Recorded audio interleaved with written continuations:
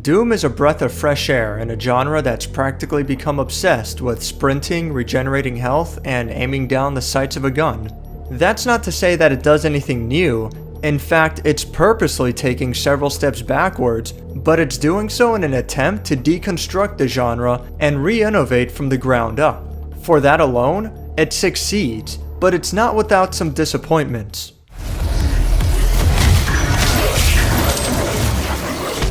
The Doom Marine awakens from a stone tomb in a high-tech scientific lab, only to find the place overrun with zombies and demons. It turns out that he's been asleep for a while, and in his absence, mankind walked right into hell to look for some neat toys, but they left the door wide open for a bunch of monsters to come through, and the Doom Marine is not happy. I'm willing to take full responsibility for the horrible events of the last 24 hours, but you must understand. Our interest in their world was purely for the betterment of mankind. Everything has clearly gotten out of hand now, yes. But it was worth the risk, I assure you. It's a simple story with few characters and obvious motivations. Early on, I already figured out what the ending was going to be like, and I hit it right on the money. It's predictable, but not necessarily boring. The characters are interesting enough, and their reactions to each other's words and actions goes a long way to making the adventure enjoyable. You must stop. The hell energy is unusable without the filters. Warning. What you are destroying is more valuable than you can possibly imagine. It is a perfect and unlimited energy resource. Samuel Hayden, voiced by Darren DePaul, definitely steals the show with his phenomenal voice acting. And Vega and Olivia Pierce do well in their roles as well. You could not have saved them anyway.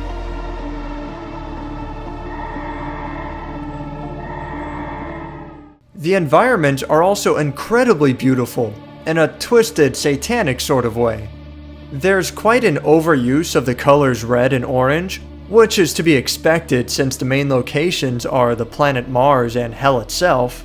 But the artists do a good job at trying to balance it out with grays, blacks, and the occasional blues and greens. Simple things like this botanical garden don't have much of a purpose in the game itself, but it does a great job at breaking up the monotony in the environment and adding a little bit of environmental lore to the background. As for the gameplay, this is where Doom shines brightest. From movement to aiming, and even simple things like switching weapons feels really good. There's no sprint, no ADS button, not even the need to reload your gun, so you're constantly in a ready state and you're always moving at top speed.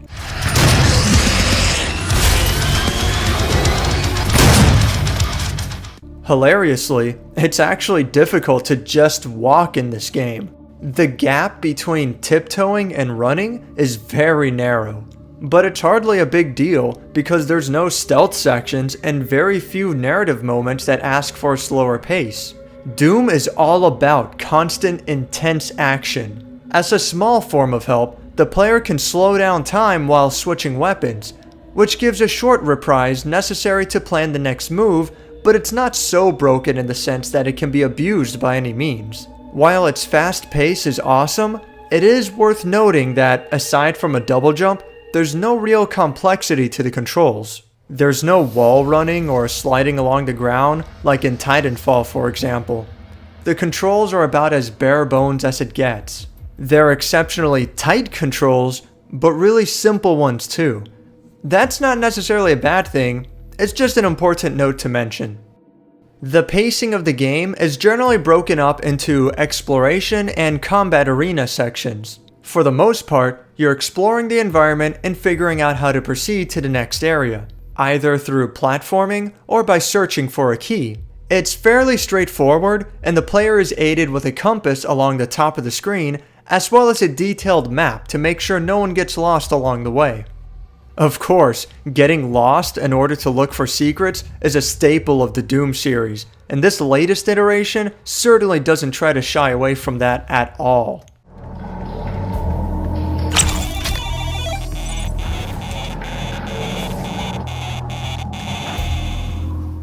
My favorite addition are the remakes of select levels from Doom 1 and 2, which retain the classic look and level design, but now runs in Doom's new engine.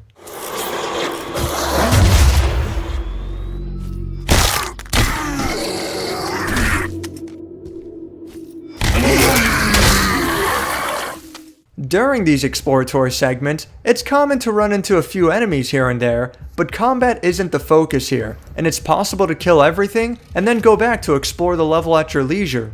That's completely optional, of course, and rushing through the game is just as fun, because Doom is at its best when shooting is involved. The game will often find some reason to place the player in a closed-off arena of sorts, while wave after wave of enemies come looking for blood. Presence at unsafe levels. Lockdown impact. By climbing over obstacles, jumping past gaps, and positioning yourself properly, you'll need to fight off the demon horde without getting flanked or overrun. The developers did an excellent job here, as no two arenas are ever the same, and they all provide plenty of opportunities for both the players and the enemies to one-up each other.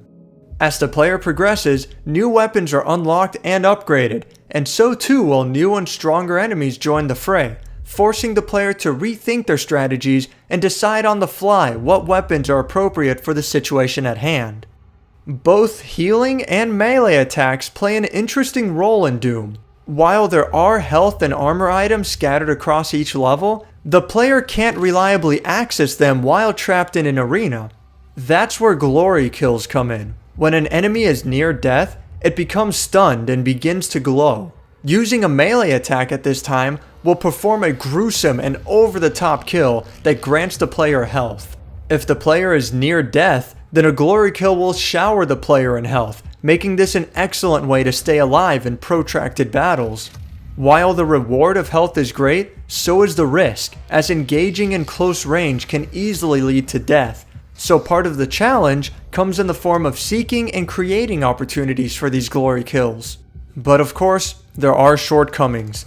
Exploration is handled pretty well in the sense that it's non-intrusive and completely optional, but there are a lot of point of no return segments, and there's no way to know if an area has been cleaned out before it's time to move on.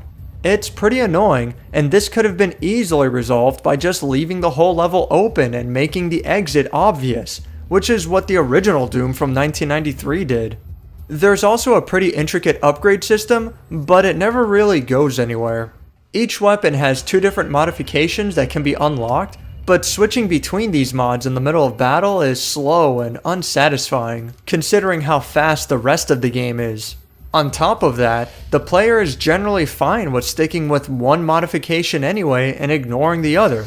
Speaking of which, half of the weapons use the same ammunition. The assault rifle and chain gun both use bullets, and there are two different shotguns which both use shells. As such, the player is likely to prefer one weapon in an ammo category and ignore the other, leading to even more bloat to add to your weapon wheel.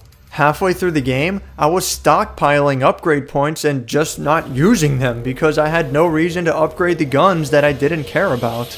The Doom Marine suit can also be upgraded to switching weapons faster or for immunity to environmental dangers, among other things, but it also comes off as a little unnecessary. Weapon and suit upgrades are hidden throughout the map and also come in the form of completing unique challenges in each level.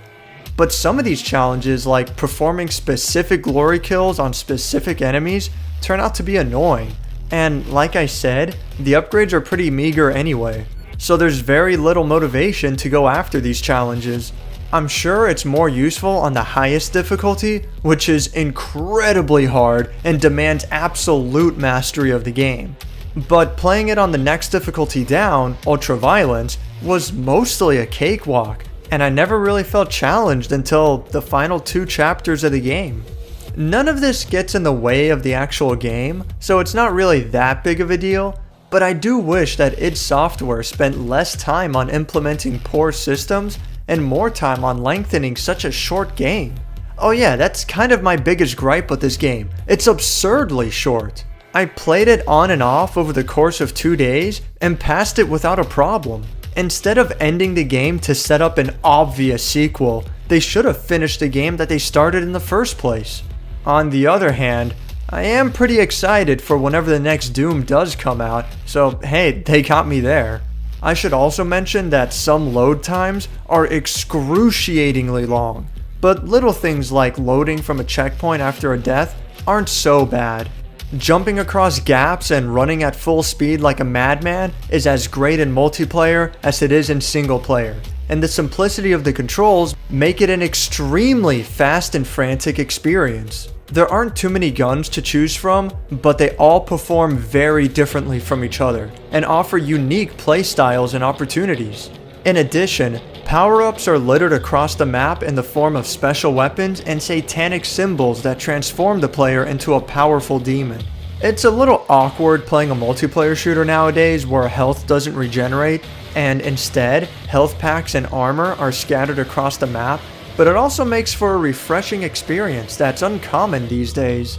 The standard affair of deathmatch style game modes are available, as well as a few other creative modes, and although there's nothing too new and original, the rule sets and maps are varied enough to keep matches interesting. If nothing else, multiplayer helps to fill the void left behind the short single player campaign, but don't expect anything particularly groundbreaking here. It's simply good at what it sets out to do. Then there's SnapMap. Where do I even begin with this? This is like the level editor from Time Splitters, but taken to the extreme. It's really impressive what can be achieved with this, and creations can be uploaded online. As an example, here's the first level of Halo for the Xbox, recreated using Doom's SnapMap. The rules have been altered so the player now regenerates armor, and no more than 2 guns can be picked up at once. On top of that, scenes play out in such a fashion to closely mimic those in the original game. Now how about this? It's a custom game mode inspired by the popular Call of Duty Zombies side games. Money can be earned to buy weapons, upgrades, and unlock doors to explore more of the map, and enemies can even drop power-ups occasionally as well. It's crazy that these mechanics were never intended to be used in Doom, but fans managed to make it work through the flexibility of SnapMap, and it actually runs pretty damn well. Then there's Tetris. Oh, I'm sorry, Doomtris. I don't understand how, but someone managed to get a fully functioning custom-made version of Tetris using the Doom engine.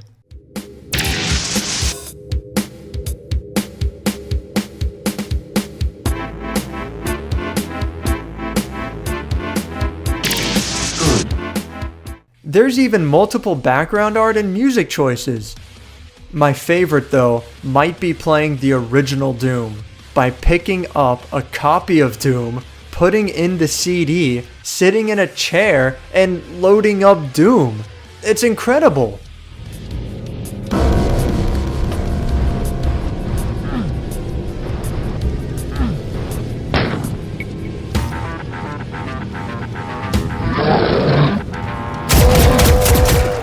A SnapMap tutorial is available to help you get started in making simple levels, but I have no idea how some of these more creative maps are made. With enough dedication, it seems like just about anything is possible. It's kind of hard to tell where the focus on Doom is. The single player is far too short to be worth a significant amount of value, although it is very well made while it lasts. The multiplayer suffers a little from its simplicity, so some might find it boring and repetitive after a while. The SnapMap is insanely powerful, but even user-driven content wears itself down in time, and only the more dedicated players will spend any effort on creating content. However, all 3 of these individual pieces do come together to create a solid and enjoyable package. I wouldn't say that it's worth the full $60 at launch, but the price has dropped at retail since then. There's also DLC, which includes exclusive multiplayer content for $40, and that definitely rubs me the wrong way. But I still had a lot of fun in my brief time just trying out Doom's multiplayer. I have a surprising update.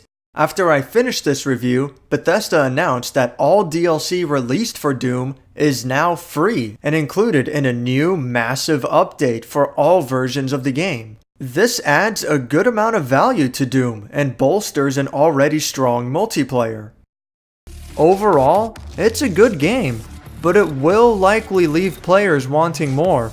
If you're looking for some great single-player gameplay, keep in mind that it's short-lived.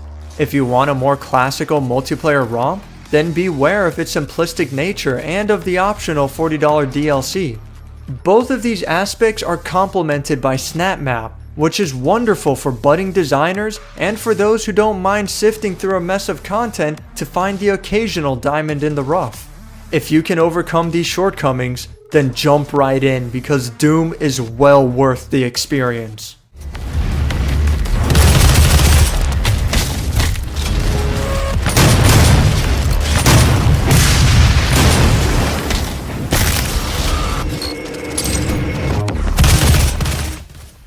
Thank you for watching my review of Doom. If you enjoyed this video, click the like button, and if you'd like to see more, subscribe.